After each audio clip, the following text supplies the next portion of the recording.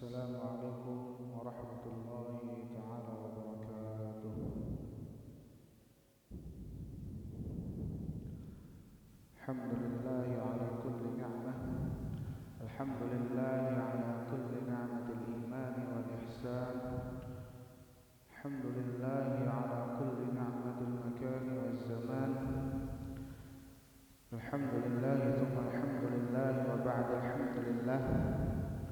أشهد أن لا إله إلا الله وأشهد أن محمدا عبده ورسوله لا نبي ولا رسول بعده.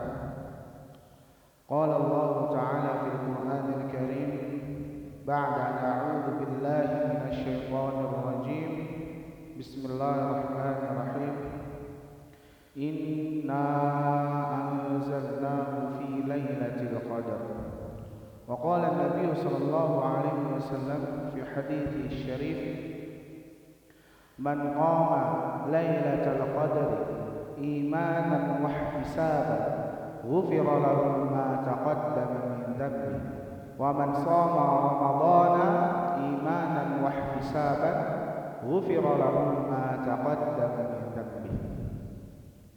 الحمد لله.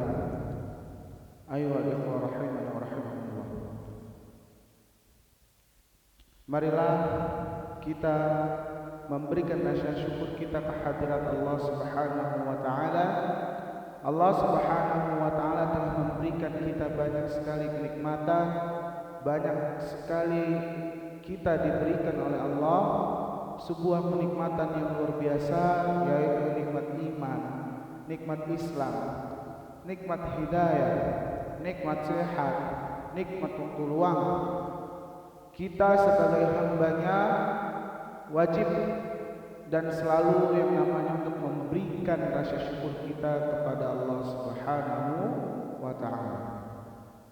Dan tidak lupa juga kita sebagai umat Nabi Muhammad sallallahu alaihi wasallam untuk selalu yang namanya memberikan salawat serta salam kepadanya. Maka marilah kita berselawat kepada Nabi kita, Nabi yang mulia, Nabi pemberi syafaat, yaitu Nabi Muhammad sallallahu alaihi wasallam. Semoga para sahabatnya, para tabi'in, para pengikutnya yang ada di jalan beliau dimasukkannya ke surganya Allah Subhanahu wa ta'ala. Alhamdulillah. Pada kajian kali ini insyaallah saya akan membawakan sebuah materi yang mana materi ini jika kita lakukan pada 10 malam terakhir di bulan suci Ramadan, maka insyaallah kita akan dihapuskan dosa-dosa yang masa lalu dan yang akan datang. Baik, ayo rahimahullah taala. Materi yang saya bawa ini dengan judul kemuliaan malam Lailatul Qadar. Yang mana Ustaz sebelumnya itu sudah menyampaikan kepada kita apa itu sih malam Lailatul Qadar. Malam Lailatul Qadar itu malam apa? Malam Lailatul Qadar adalah malam lebih baik daripada 1000 bulan. Kita tahu dari mana bahwasanya malam Lailatul Qadar adalah malam yang lebih baik daripada 1000 bulan? Ibu-ibu ada yang tahu enggak malam 1000 malam? Dari mana kita tahunya bahwasanya dia adalah malam lebih baik daripada 1000 bulan? Ya, malam Lailatul Qadar dikatakan malam yang lebih baik daripada 1000 bulan. Dalil dari ayat Al-Qur'an suratul Qadar. Di ayat 3, Ana sebutkan dari ayat 1 sampai ayat 3. Bismillahirrahmanirrahim. Inna anzalnahu fi lailatul qadar wa ma adraka ma lailatul qadar. Lailatul qadri khairun min alfi syahr. Inna anzalnahu fi lailatul qadar. Sesungguhnya aku telah menurunkan Al-Quran fi Lailatul Qadar, di malam Lailatul Qadar. Wa ma adraka ma Lailatul Qadar. Dan apa itu malam Lailatul Qadar? Dijelaskan lagi di ayat selanjutnya, Lailatul Qadri khairum min alfi syahr. Lailatul Qadri khairum.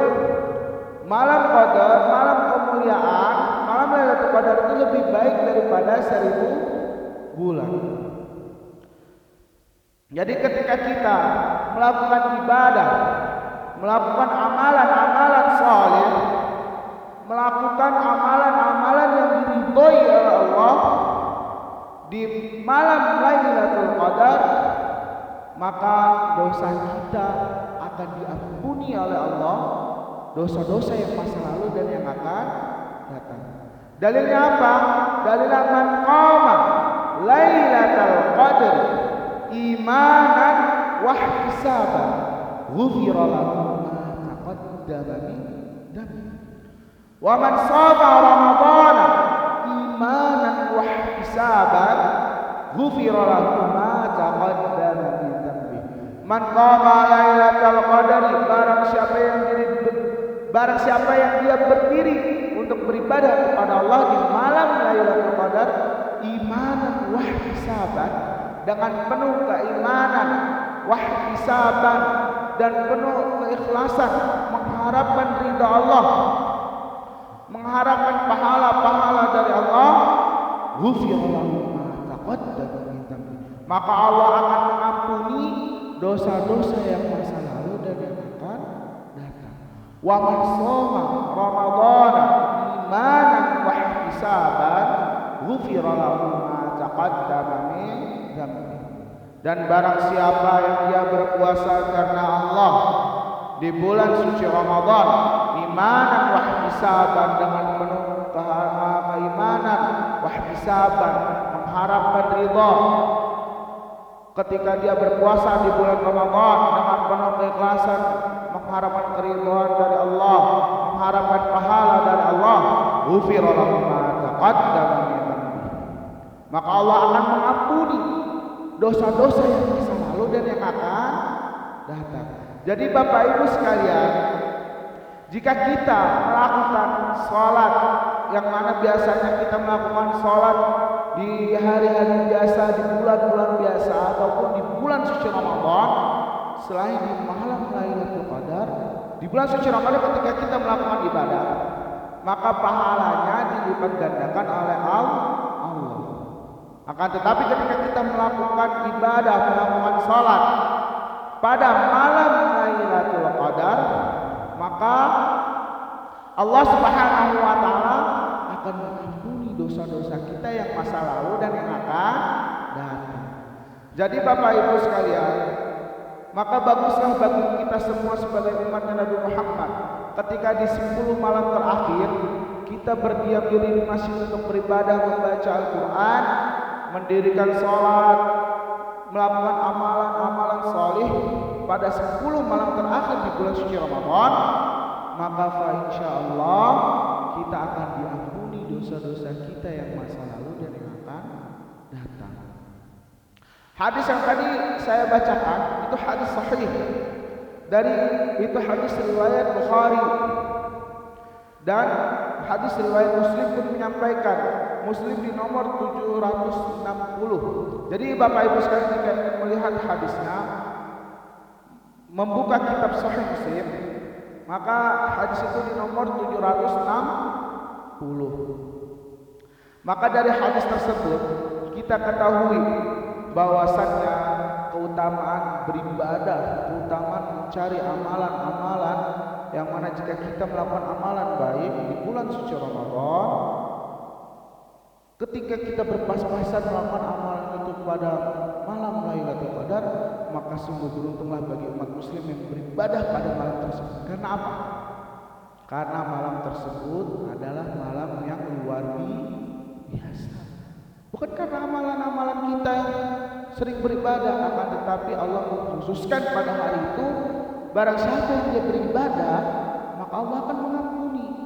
Mengampuni apakah dosa-dosa yang sekarang, atau yang baru 2 hari, atau yang baru 3 hari, atau yang baru seminggu, sebulan? Enggak.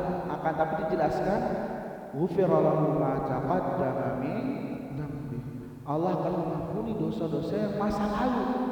Masa lalu itu masa apa? Yang udah bertahun-tahun, dahulu kala kita melakukan dosa, kita melakukan amalan-amalan yang tidak diridhoi oleh Allah, maka Allah ampuni dan yang akan datang.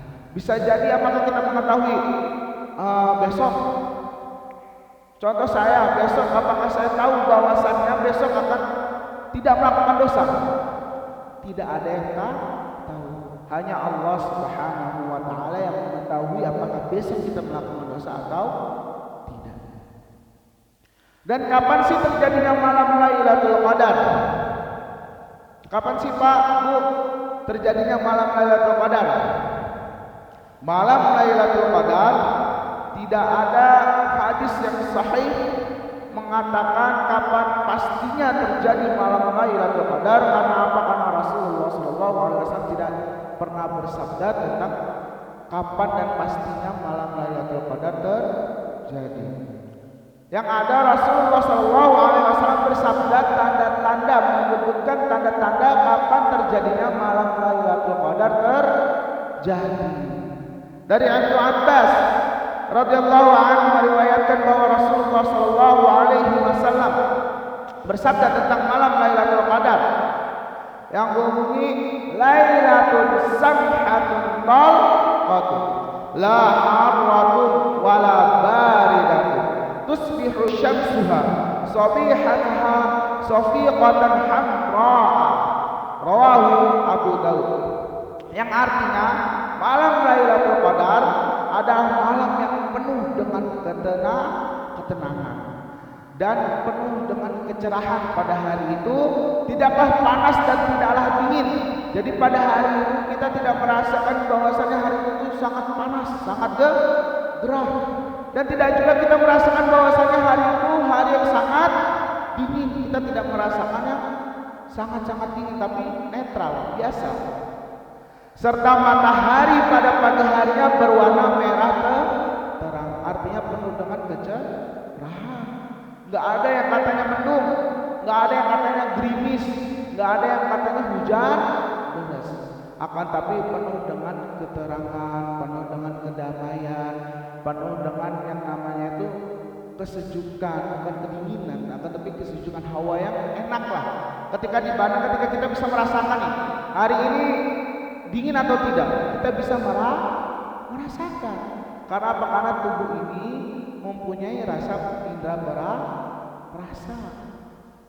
Contoh, kita makan permen, permen itu rasanya manis atau pedas atau asin, Bu? Rasa permen itu adalah rasanya manis. Ya, permen itu adalah manis. Begitu juga ketika kita melihat jodoh kita, itu rasanya seperti manis. Ya. Jadi permen itu rasanya manis, nggak ada rasa permen pedas. Kalau apa? Tolak angin, permen tolak angin, rasanya pedas menghangatkan, akan tetapi ujung-ujungnya merasakan rasa manis. Kau usah tahu lah kan kita pernah merasakan. Karena kita juga pernah hidup sampai sekarang, kita masih diberikan kesehatan oleh Allah. Ada juga riwayat yang lain mengatakan malam Lailatul Qadar itu bisa jatuh pada tanggal 21, 23, 25, 27, 29 dan malam terakhir di bulan suci Ramadan. Jadi malam Lailatul Qadar itu bukan terjadinya ketika pada pertengahan bulan suci Ramadan, bukan terjadinya pada awal bulan suci Ramadan, akan tetapi malam Lailatul Qadar itu bisa terjadi di akhir-akhir bulan suci Ramadan. Contohnya apa? Contohnya sekarang kita sudah memasuki tanggal 28. 28 disebutkan tidak tadi dalam riwayat tidak, yang disebutkan tanggal 27. Bisa jadi pada tanggal 27 itu terjadinya malam Lailatul Qadar. Maka ketika kita pada malam hari, pada pagi hari kita merasa ketenangan, penuh dengan ketenangan, awan cerah pagi, yang cerah pagi yang sangat indah. Kita tidak merasakan yang namanya hawa yang sangat panas, tidak merasakan yang namanya hawa yang sungguh dingin bagi diri kita sampai kita menggigil ya, menggigil ketika kita merasakan itu semua. Terus kita merasakan hati kita tuh, ya Allah, hari ini kok sungguh sangat tenang. Rasanya tuh kalau baca Quran tuh nikmat. Qul ya ayyuhal kafiruna a'budu ma ta'budun. Itu rasanya tenang banget. Di dalam jiwa kita tuh menyentuh banget dalam hati. Karena apa? Bisa jadi itu salah satu bahwasanya malam itu nanti akan terjadinya malam Lailatul Qadar. Karena apa? Karena sudah disebutkan dalam hadis tadi. Ya. Makanya kita di sini kita ketahui bahwasanya malam Lailatul Qadar itu malam yang sungguh mulia. Kalau ada sampai dari kita umat muslim ketika di 10 malam terakhir itu bukan beribadah, bukan melakukan amalan saleh, malah kita bermaksiat, malah kita berbuat yang tidak Allah ridhoi, maka itu apa? Sungguhnya manusia yang sangat merugi di dunia dan di akhirat. Karena kita nggak tahu seberapa banyak dosa kita, seberapa banyak amalan yang tidak diridhoi oleh Allah kita lakukan. Tanpa kita sadari kadang-kadang manusia berbuat dosa Bu. Bahkan saya sendiri pun tidak tahu seberapa banyak dosa yang saya lakukan di masa hidup saya. Kita tidak ada yang tahu. Kalau misalkan ada manusia yang tahu dosanya berapa banyak, maka datangi orang itu ke saya. Saya minta tolong lihatin dosa saya berapa banyak. Walaupun kita nggak bakal percaya. Kok bisa orang manusia biasa, manusia yang bukan sahabat Nabi, yang bukan termasuk golongan-golongan para salih, tidak termasuk orang-orang yang salih, yang taat beribadah kepada Allah, dia bisa tahu seberapa banyak dosa dirinya sendiri. Kok ada orang, contoh kalau ada orang seperti itu, maka harus kita pertanyakan kemana keimanan. Kemana keimanan dia terhadap Allah? Kemana keimanan dia terhadap Rasulullah? Kemana keimanan dia terhadap agama, kepada dinul Islam, kepada agama Islam? Maka harus kita pertanyakan. Karena apa? Karena itu di luar nalar. Yang kita harus ketahui bahwasanya Allah itu Maha Pengampun. Mau seberapa banyak dosa kita, mau seberapa banyak amalan-amalan yang kita lakukan yang tidak diridhoi oleh Allah, akan tapi ketika kita melakukan tubu ilallahi taubatan nasuha, maka kita akan diampuni oleh Allah Subhanahu wa taala. Jangan khawatir ketika ada orang yang enggak pernah salat, ketika ada orang yang enggak pernah ngaji, habis itu dia dalam keadaan susah, diuji rezekinya, habis itu dinasihatin oleh temannya, akhi atau woi bro, lu kayak gitu kayaknya kurang beribadah, kurang taat kepada Allah, coba lu minta ampun kepada Allah. Kalau lu doa ada doa, habis itu temannya ngomong, tapi gue nggak pernah sholat, tapi saya nggak pernah sholat, saya nggak pernah ngaji, saya nggak pernah melakukan amalan-amalan yang tidak diridhoi oleh Allah. Gimana mau saya dikabulkan doa saya? Yang jadi pertanyaan, temannya itu muslim atau enggak? Kalau muslim dia pasti yang namanya diampuni oleh Allah, yang mana doanya pasti dikabulkan oleh Allah. Jadi berdoalah apa yang kita mau.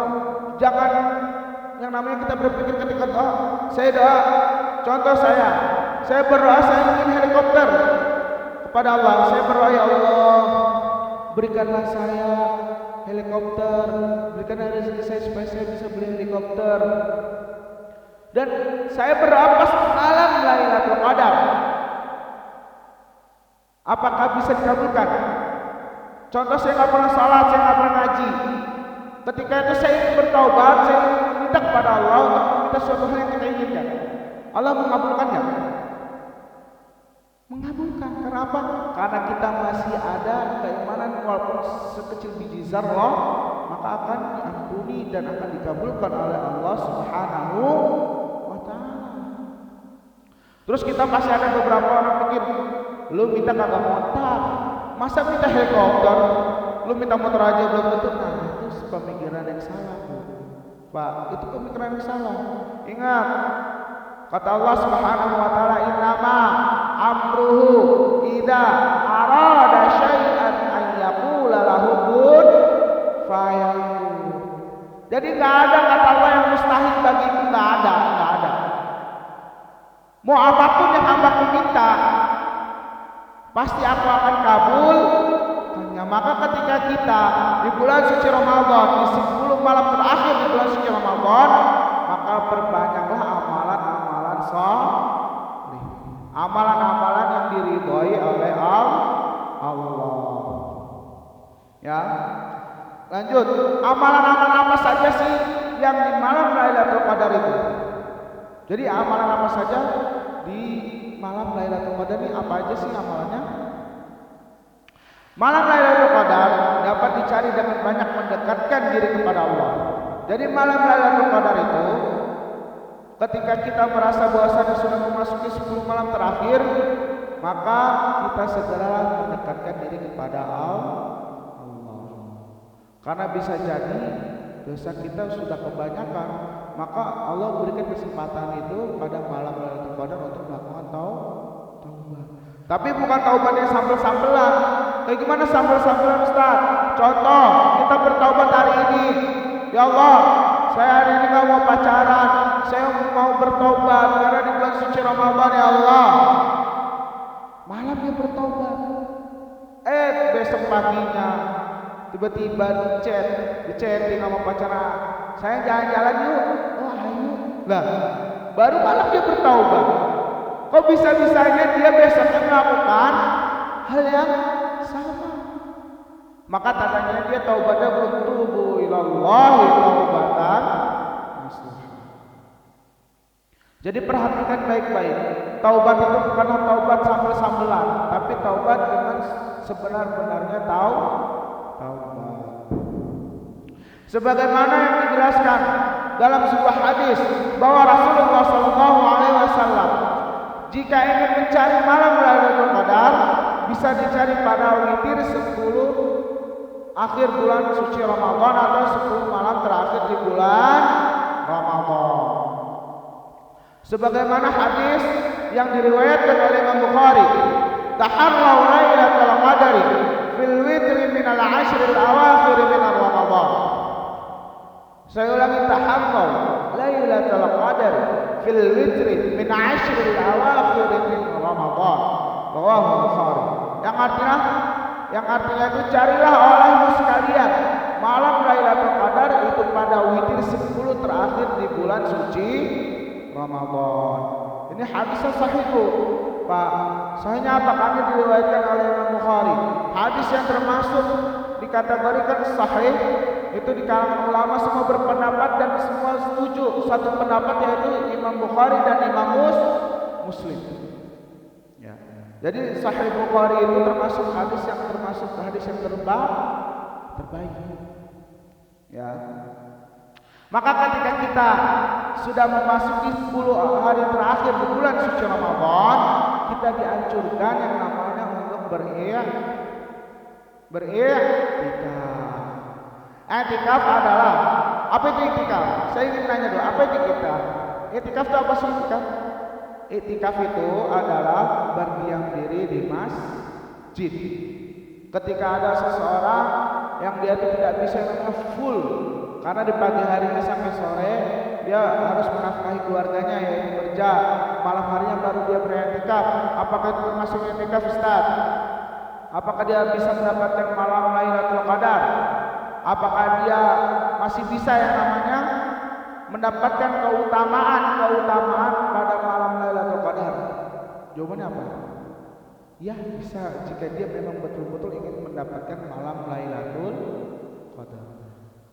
Jadi kita itu intinya ketika kita dalam keadaan kesibukan hari kita, minimal di sela-sela itu kita selipkan yang namanya beribadah kepada Allah. Kita fokuskan bahwasanya ketika kita kerja ada jam istirahat.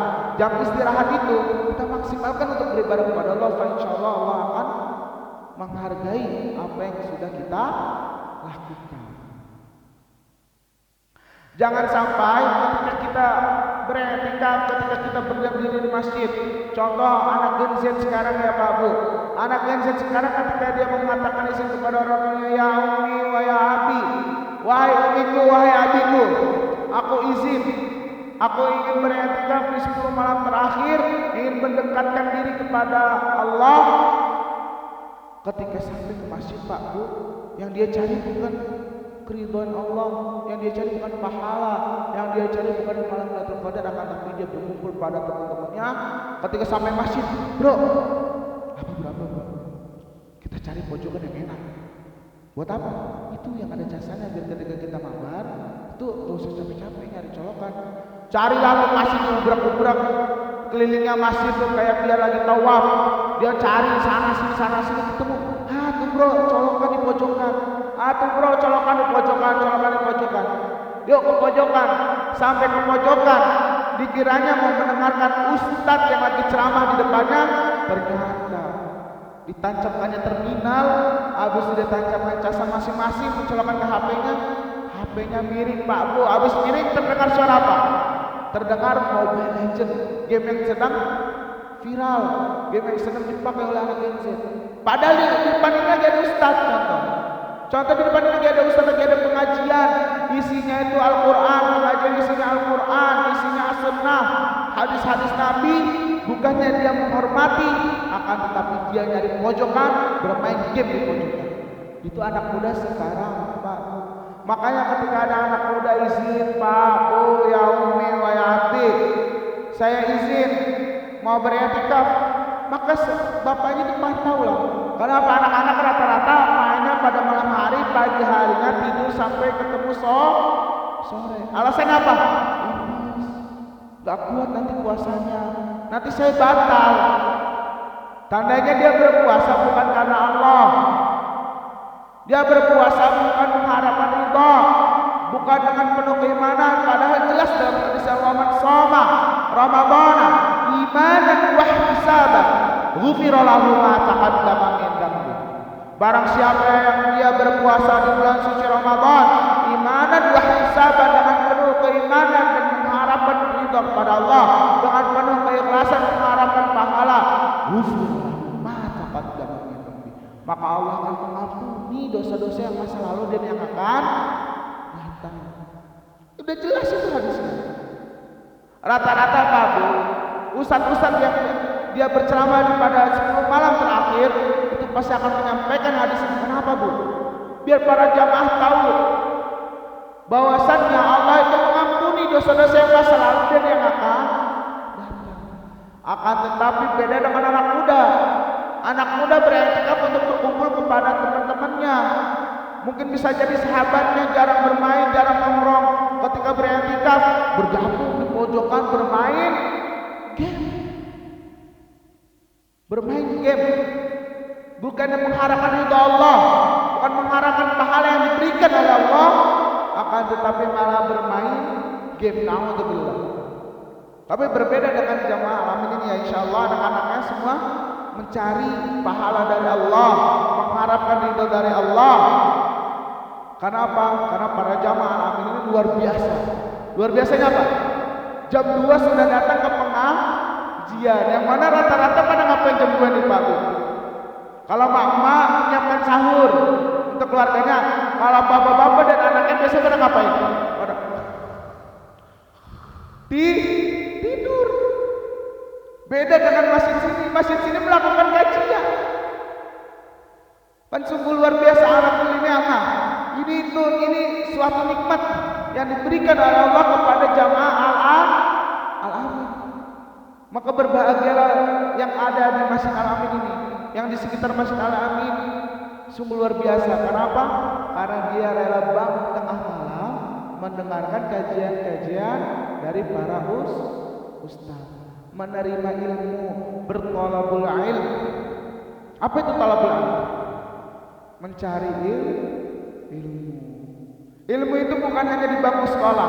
Ilmu itu bukan hanya di pondok pesantren, di sekolah-sekolah yang terkenal, yang favorit, yang katanya sekolah paling keren di Jakarta, paling keren di Tangerang, paling keren di Bekasi. atau pondok pesantren paling terbagus di Indonesia seperti Gontor atau seperti Isykarimah atau yang ada, bukan. Itu benar. Memang kajian salah satunya, bukan kajian. Menuntut ilmu memang salah satunya itu di bangku sekolah. Tapi ketika dia pulang dari pondok pesantren, ketika dia pulang dari sekolah, maka carilah lagi ilmu. Kemana?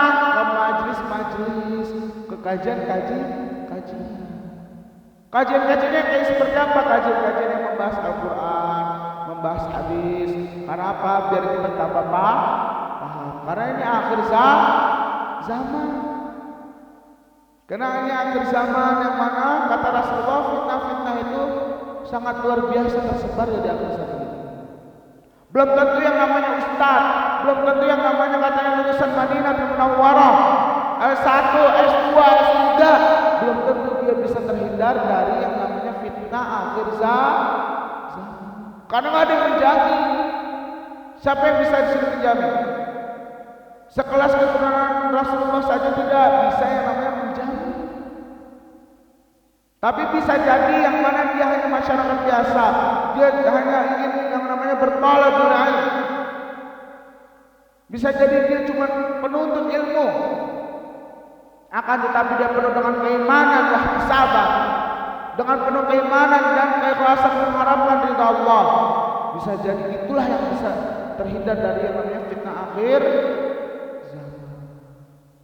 Semoga kita semua yang ada di masjid ini, yang di sekitar masjid ini terhindar dari fitnah akhir zaman. Amin amin Allahumma amin.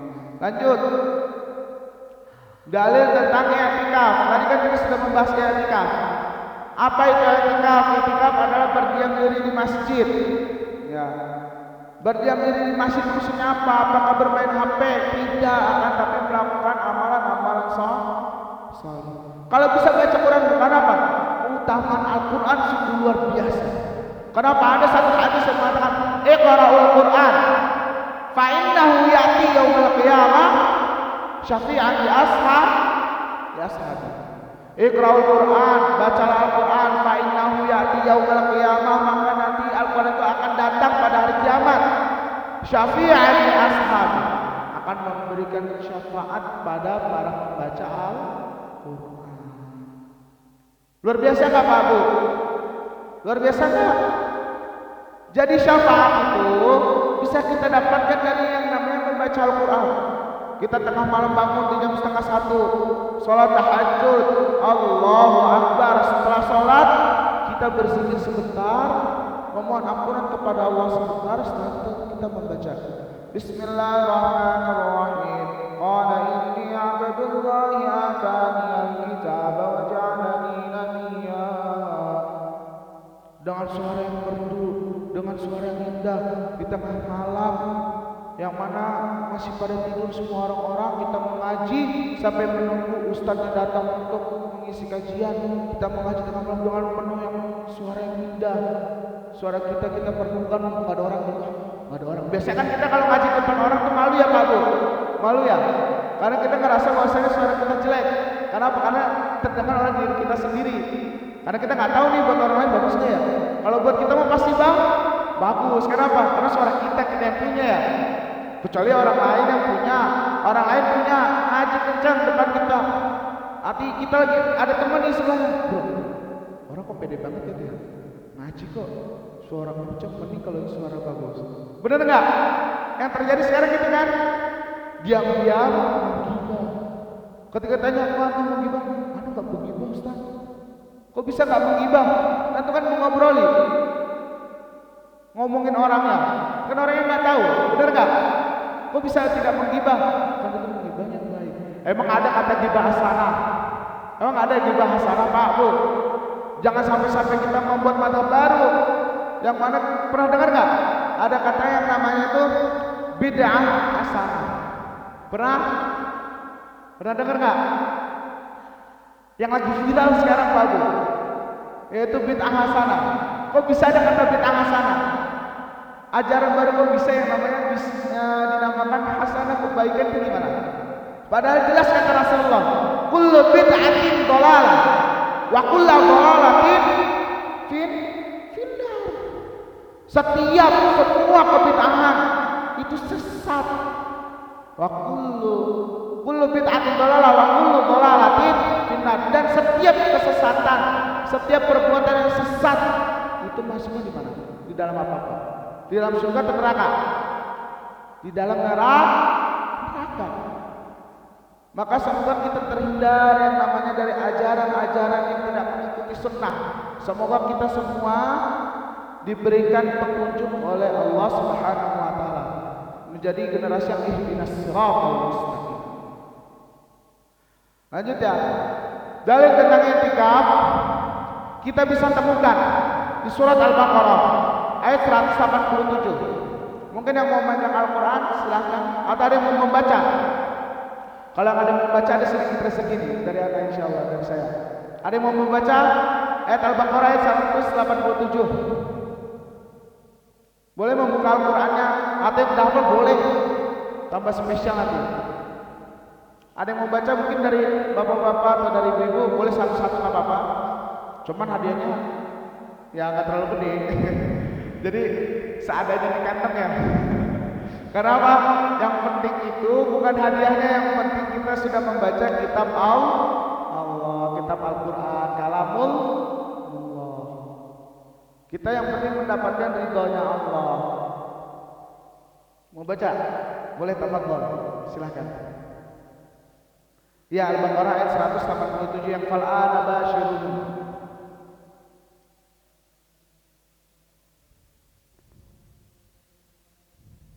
Yang ini yang fal'ana, yang dari fal'ana basyirun. Wa batagu ma kataballahu lakum.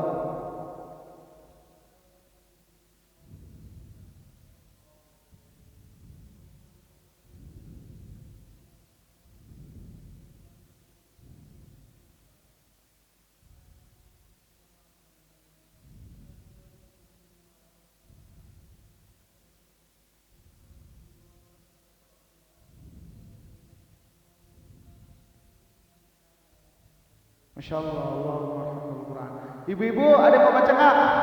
Nyoba siapa tahu. Atau Bang Willy mau baca, Bang Willy? Ustaz mau baca Ustaz? Ya, ana ulangi ya. Fal ana bashiruhunna wabtaghu ma kataballahu lakum wa kulu washrabu hatta yatabayyana lakumul khaytul abyad minal khaytil aswad minal fajr thumma atimmus siyama ilal layl wa la tubashiruhunna wa antum aakifuna fil masajid tilka hududullah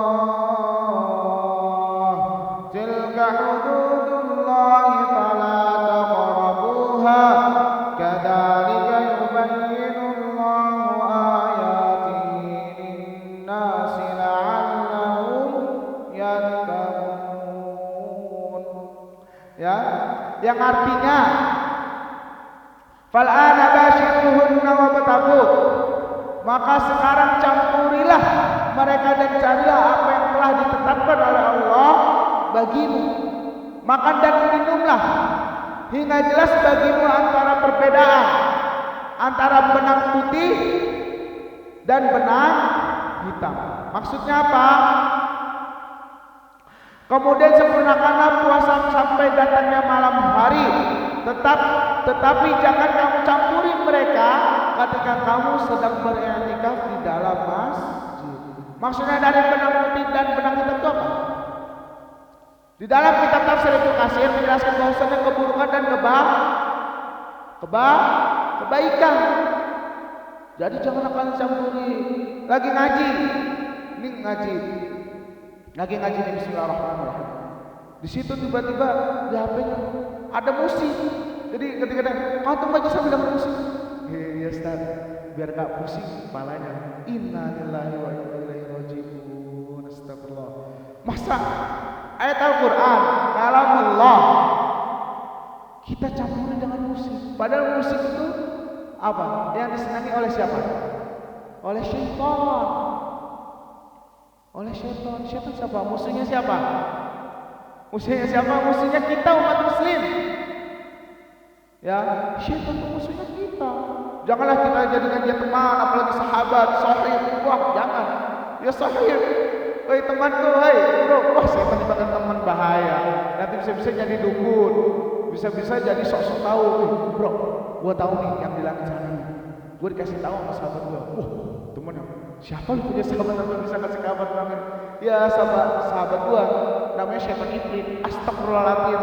Itu bukan yang teman akan tapi saya setan. Orang yang mengaku kita harus diruqyah.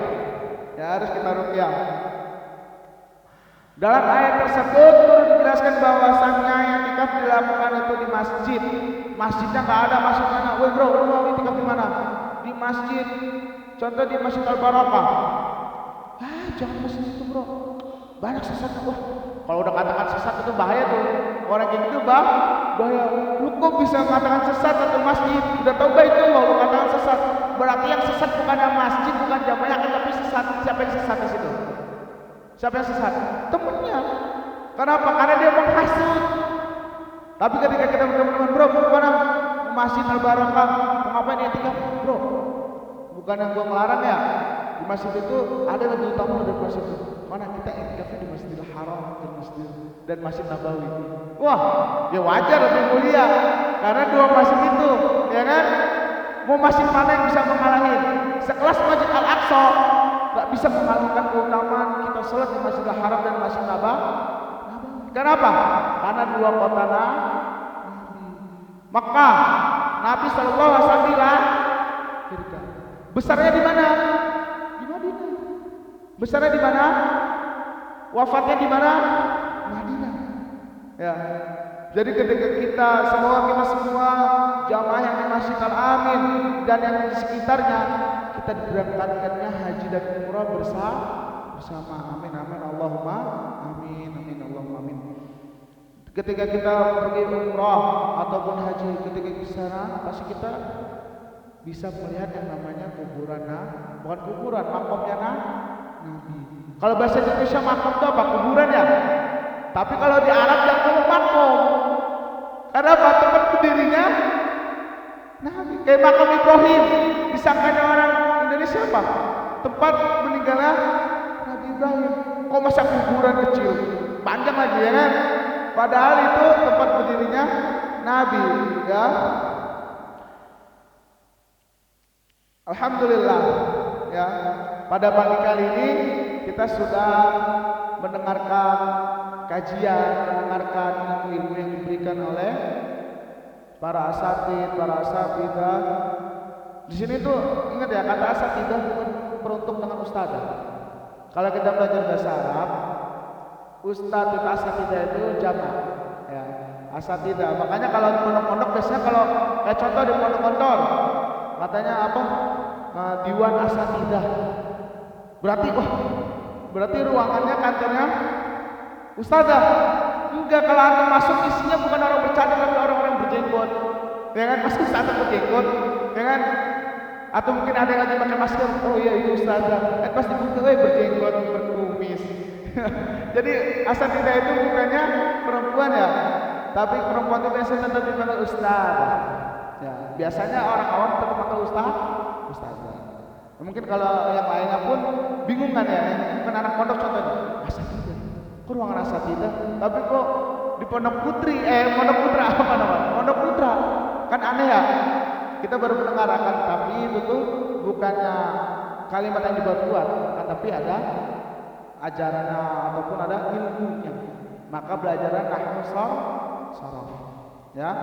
Mungkin pada kajian ini kita cukupkan ya, karena dikarenakan waktu yang terbatas dan kita pun akan insyaallah akan melaksanakan qiyamul lail bersama. Maka saya tutupkan dengan doa kafaratul majlis. Subhanakallahumma wa bihamdika asyhadu an la ilaha illa anta astaghfiruka wa atubu ilaik. Assalamualaikum warahmatullahi wabarakatuh.